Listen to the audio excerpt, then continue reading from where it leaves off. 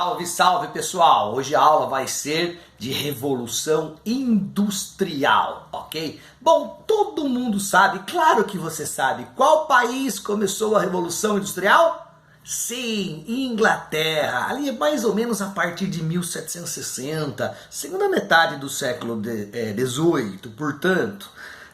Houve esse pioneirismo inglês, é assim que aparece aí nas suas provas. Explique o pioneirismo inglês na industrialização, ok? Muito bem, então vamos lá. Presta atenção a esse esqueminha, nessa parte aqui de cima, pioneirismo inglês. Muito bem. Todos os itens que estão neste esquema precisam acontecer praticamente ao mesmo tempo, senão não tem revolução industrial. Talvez o mais importante de todos seja o seguinte: a burguesia tem que estar no poder, porque é um projeto econômico da burguesia, a industrialização, o capitalismo, ok? Muito bem, e a Inglaterra foi o primeiro país do mundo a abolir a monarquia absolutista. Vide Revolução Gloriosa, 1688. A partir dali, o parlamento inglês, o local onde se faz a política, desenvolve leis, desenvolve ideias para que a Revolução Industrial ocorra, certo? Então não esqueçam, burguesia no poder é fato fundamental. Muito bem, uma das leis criadas pelo parlamento britânico foi a lei dos enclosures. O que seria isso? Seria a lei do fechamento das terras comuns, certo? Obrigando os camponeses a migrarem para a cidade. Foi o primeiro grande êxodo rural da história. As grandes propriedades rurais passaram para as mãos do controle dos grandes capitalistas. E ali eles incentivaram a criação de ovelhas, tá? Porque a ovelha tem uma matéria-prima importante, que é a lã. Lã e algodão fazem parte da indústria têxtil. Portanto, a primeira revolução industrial é a revolução dos tecidos, ok? Com a utilização já de uma matéria-prima fonte energética importante, que é o carvão mineral. A Inglaterra detinha muitas jazidas de carvão no seu território.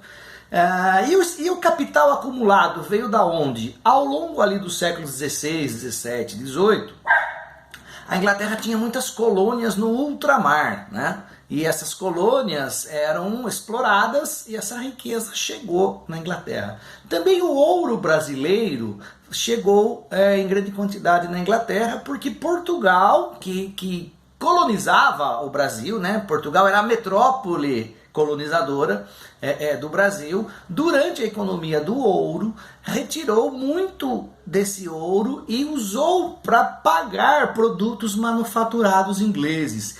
Então, de certa forma, o ouro brasileiro ele foi passageiro por Portugal, chegando até a Inglaterra. Então vamos lá, capital acumulado, mão de obra disponível devido ao êxodo rural, depois da lei dos fechamentos das terras comuns, fonte de energia, carvão, infraestrutura necessária, espírito inovador, máquinas a vapor foram criadas. James Watt criou a primeira máquina a vapor.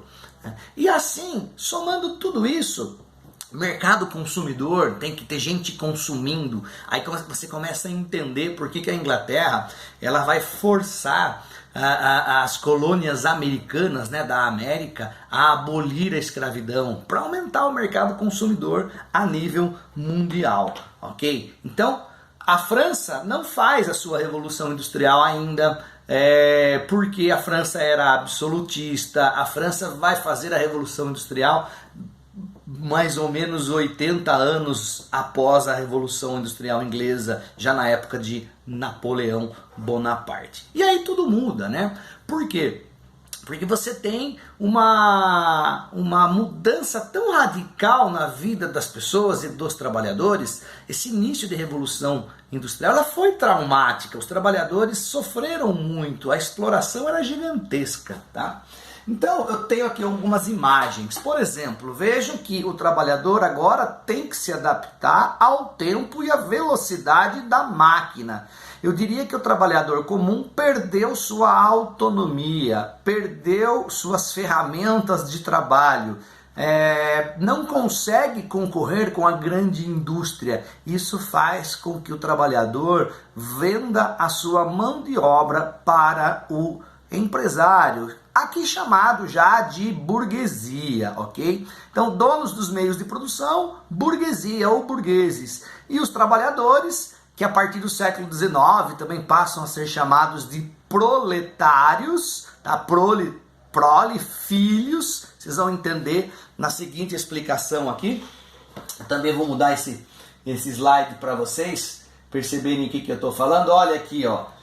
A utilização do trabalho infantil, que era em larga escala. Então, há registros de crianças de 5, 6, 7 anos trabalhando nas fábricas, a 16 horas por dia de trabalho, para ganhar 4 shillings, a moeda da época, ou seja, ganhava-se muito pouco. Tá?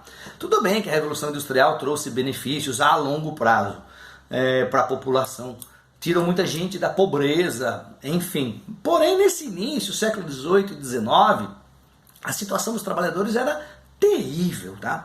Proletário vem de filhos, prole, cria. Só dá uma olhadinha no dicionário que é essa a explicação que está lá. Né?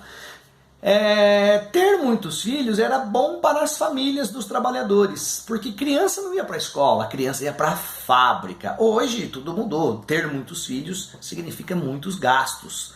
Tá? Então não havia leis trabalhistas e houve uma divisão de classes. Donos dos meios de produção, como eu já disse, a burguesia, contra os proletariados, que buscavam ali melhorias trabalhistas. Uma das primeiras formas de luta dos trabalhadores contra essa exploração foi o chamado movimento ludista. Por que esse nome? E quem eram esses caras?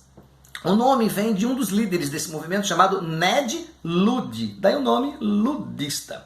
Eles invadiam as fábricas de madrugada e quebravam as máquinas. Então eram os quebradores de máquinas. Eles achavam que se eles fizessem isso em toda a Inglaterra, eles venceriam a exploração fabril que se iniciava ali. Nas cidades de Londres, Manchester, Liverpool, essas cidades, elas cresceram muito rapidamente. Em 30 anos, por exemplo, populações de 35 mil habitantes nessas cidades, 40 mil habitantes, passaram a ter 400 mil habitantes. Tá? E aí você tem todo o problema de construções, casas precárias, né? Como cortiços, bairros sujos, situações de saúde terríveis, né? Sem contar a poluição da época. Tá? Então já estou falando aqui um pouco das consequências dessa revolução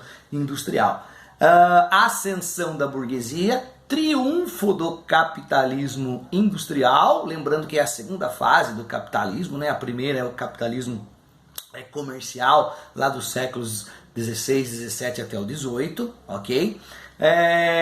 E ao longo do século XIX, os trabalhadores começam a se organizar nos sindicatos, os trade unions. E também no século XIX surgem as primeiras ideologias sociais. Então nós vamos ter, por exemplo, filósofos como Engels, Marx, Bakunin, que vão escrever suas teorias de combate ao capitalismo que explorava ali bastante, tá bem? Muito bem, mas isso é para uma outra aula, ok? Um abraço e até a próxima, galera. Valeu!